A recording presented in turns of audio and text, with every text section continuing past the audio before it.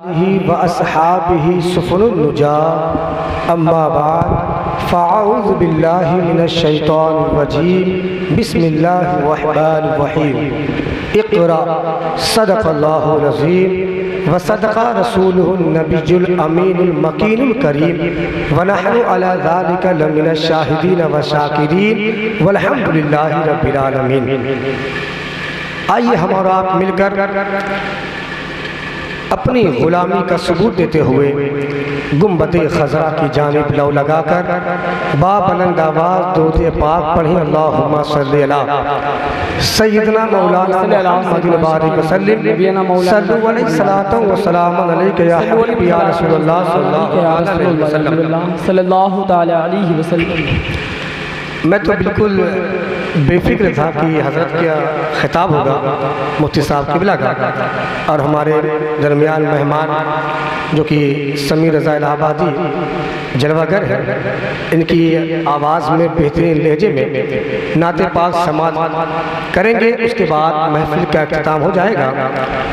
लेकिन इमाम साहब का जो है हुक्म हुआ कि आपकी महफिल है, कम से कम 10 मिनट बोले।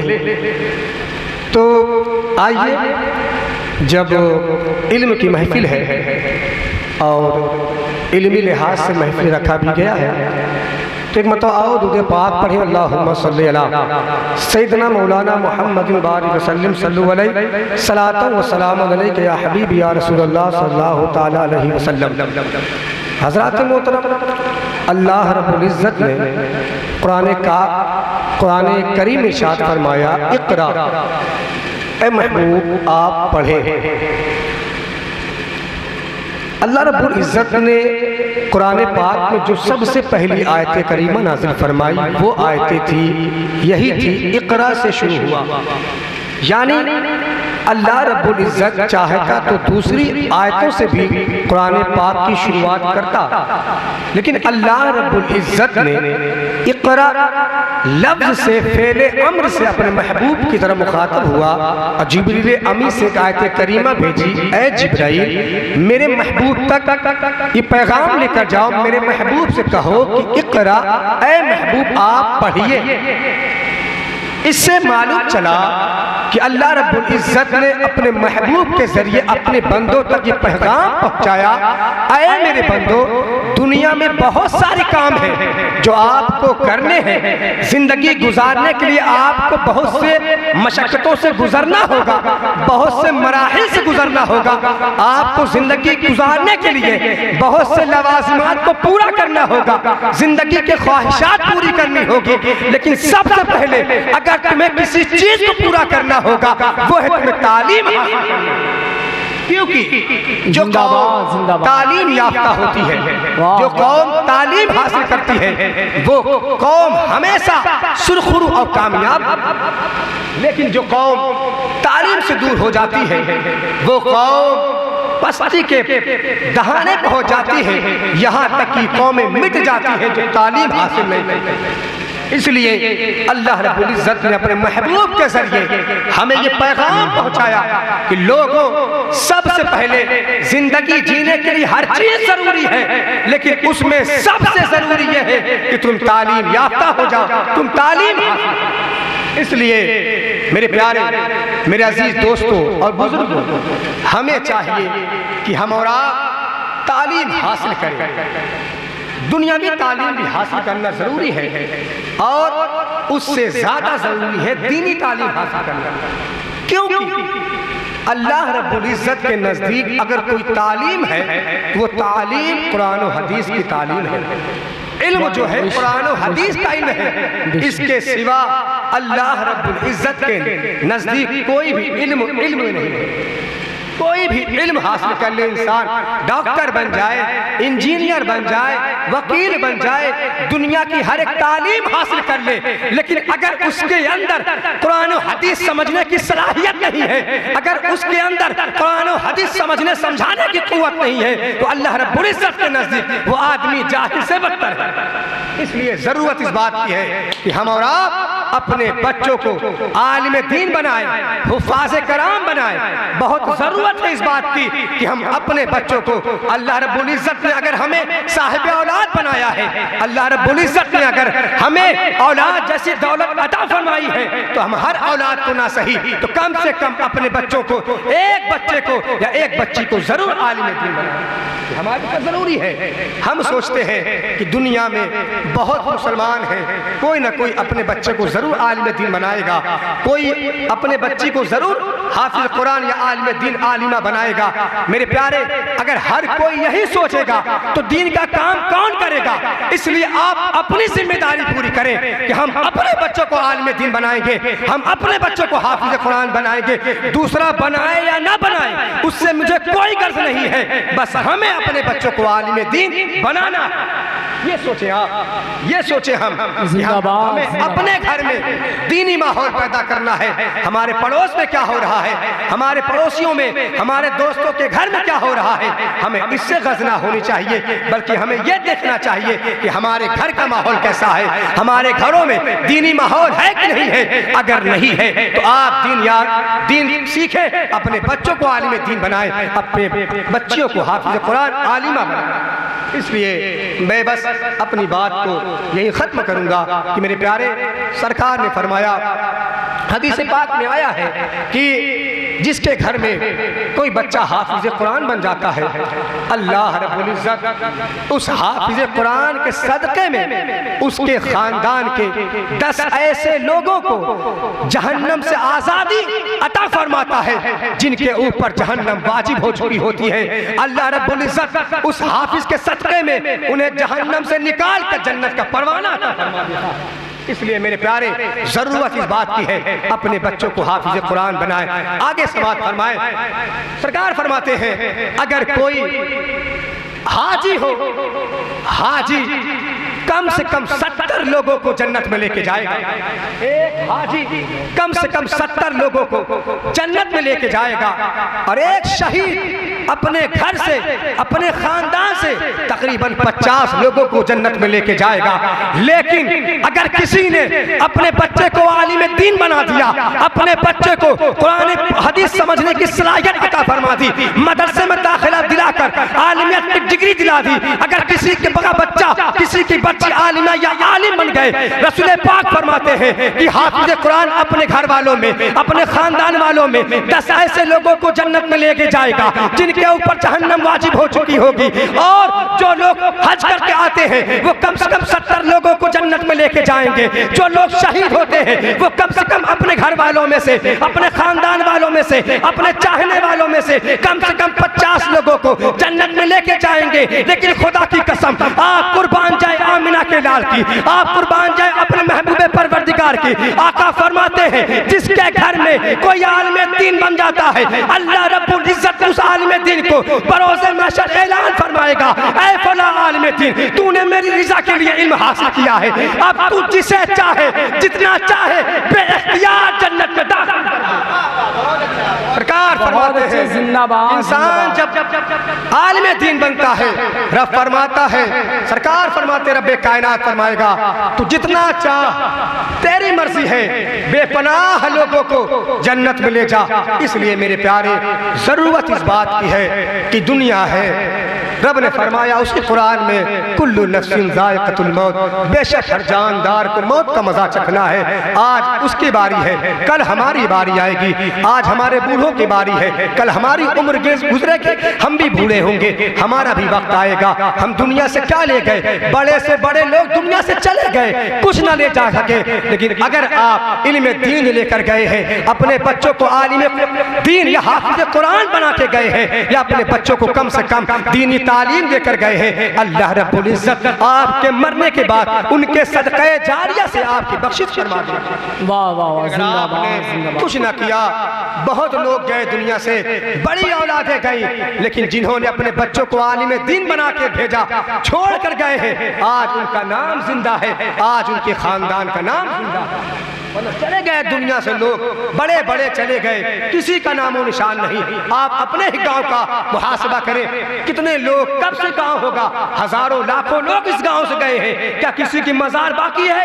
नहीं बाकी है, क्योंकि अपने बच्चे को आलिम दीन नहीं बनाया, अपने बच्चे को हाफिज कुरान नहीं बनाया, मदरसे की बुनियाद नहीं डाली गांव में, इसलिए न तो उनका नाम जिंदा है, न तो उनकी औलाद का नाम जिंदा है। अगर आज उन्होंने अपने बच्चों को आलिम दीन बनाया होता, कोई मदरसे की तामीर की होती, आज उनका भी नाम जिंदा होता, आज उनके खानदान का भी नाम जिंदा होता।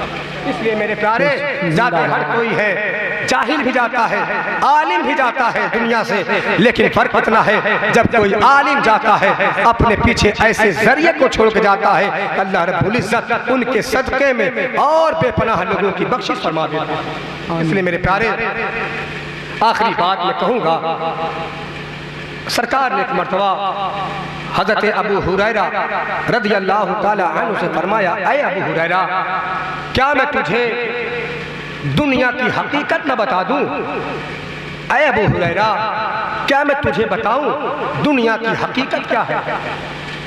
हज़रत अबू हुरैरा अर्ज करते हैं, सरकार क्यों ना बताएं, आप हमें बताएं दुनिया की हकीकत क्या है।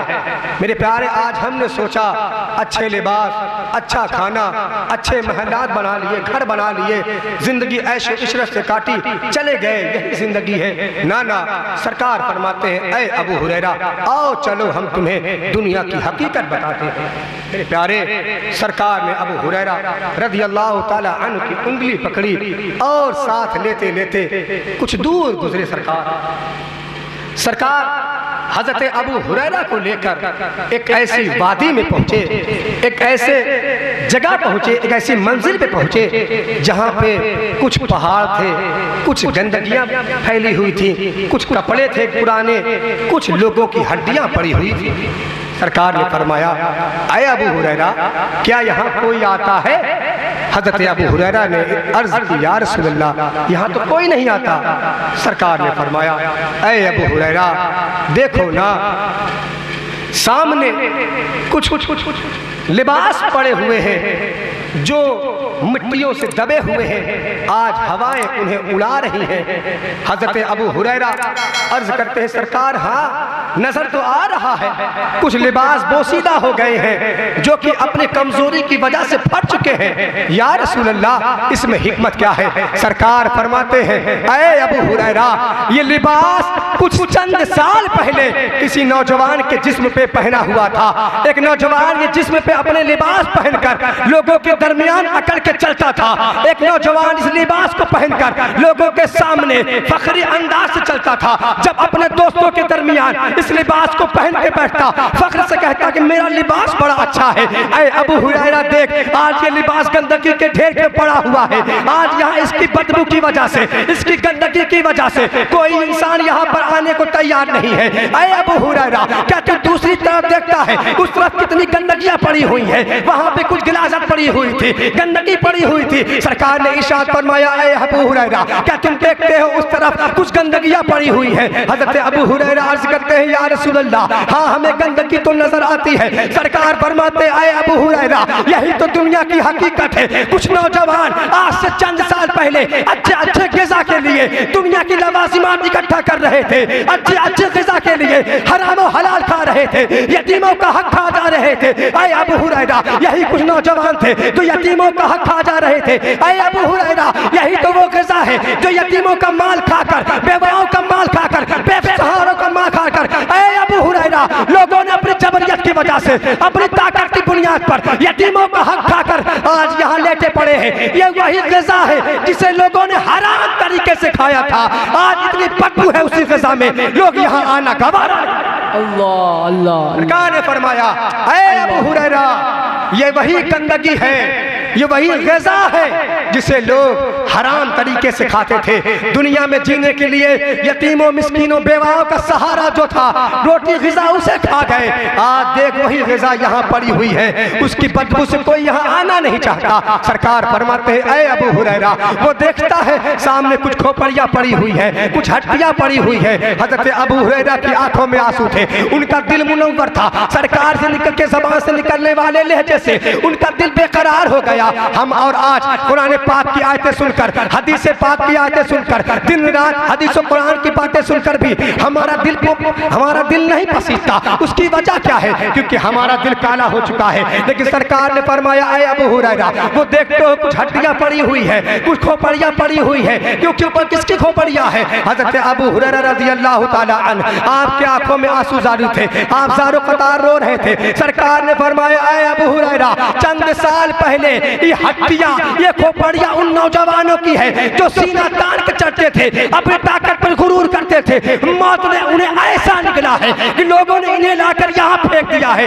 ना तो इनके कपड़े की कोई औकात है, ना तो इनके ग़िज़ा की कोई औकात है, ना तो इनकी जवानी की कोई औकात है। रब्बे कायनात के हुक्म के मुताबिक कुल्लु नफ्सिन ज़ाइक़तुल मौत के तहत जब फरमान आया, रब की पकड़ हुई, लोग आज कब्रों में चले गए, आज इनकी निशानियां बाकी तक नहीं। बहुत अच्छे, जिंदाबाद जिंदाबाद। लोग चले गए, बड़े बड़े लोग चले गए जो बहुत ही ताकतवर थे, चले गए, कोई नामो निशान नहीं रहा। देखिए मेरे प्यारे, अगर आप पलट कर देखें चंद साल पहले, 25-50 साल पहले, 100 साल पहले, आला हज़रत अज़ीमुल बरकत की ज़ात की देखो, नकी अली खान के घर में एक बच्चा पैदा हुआ जिसे इमाम अहमद रज़ा खान कहते हैं। अगर आप खोसी की सरज़मीं पर देखें, वहाँ पर खोसी के आफताब और चिराग अमजद अली आज़मी मुसन्निफ़े बहार शरीयत मौजूद है। अगर उसी आला हज़रत के खानदान में हुज़ूर ताजुल शरिया आलिम दीन बने, आज वो भी जिंदा है। जिन लोगों ने इल्म दीन हासिल किया है उनका खानदान भी जिंदा है, उनकी जिंदाबाद जिंदाबाद जिंदाबाद। जिन लोगों ने इल्म दीन हासिल किया आज वो भी जिंदा है, उनकी कब्रें जिंदा है, उनका खानदान भी जिंदा है। लेकिन मेरे प्यारे, जिन लोगों ने इल्म दीन हासिल नहीं किया, जिन लोगों ने इल्म दीन हासिल नहीं किया, आज देखें लाखों लोग चले गए हमारे अपने गांव से, पता नहीं कितने लोग, कितनी नस्लें चली गई, किसी का नामो निशान जिंदा नहीं। लोगों से पूछा जाए 4 नस्ल पहले बताओ तुम्हारे दादा का नाम क्या है, कोई नहीं जानता है। लेकिन अगर आज उन लोगों ने इल्म दीन हासिल किया होता, आज फला बिन फला, फला बिन फला, फला बिन फला के तहत उनका नाम जिंदा होता। लेकिन इल्म दीन ना हासिल करने की वजह से उनका भी नाम खत्म हुआ, उनकी औलादों का भी नाम खत्म हुआ। अभी वक्त है मेरे प्यारे, आए जो लोग साहिब औलाद हैं अपने बच्चों को आलिम दीन बनाएं, हाफिज़ कुरान बनाएं, दीन का गाजी बनाएं, नमाजी बनाएं, जहाँ तक हो सके नेक सालेह औलाद आपको परवरिश करें ताकि वो आगे चलकर दिन की खिदमत करें। हो सकता है हमारे आपके घर के बच्चे कोई बड़ा आलिम दीन बने जिससे आपके गांव और शहर का नाम रोशन हो। इसलिए ज़रूरत इस बात की है कि जो लोग साहिब औलाद वाले हैं, मैं उनसे गुजारिश करूँगा कि अपने बच्चों को आलिम दीन बनाए, हाफिज़ कुरान बनाए, ताकि आपका घर भी मुनव्वर हो, आपके लोग मुनव्वर हो, आपका भी क़ल्ब मुनव्वर हो।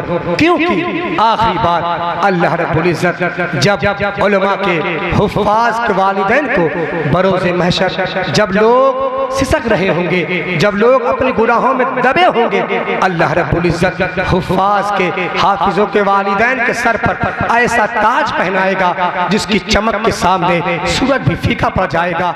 लोग कहेंगे कौन लोग हैं जिनके सर पर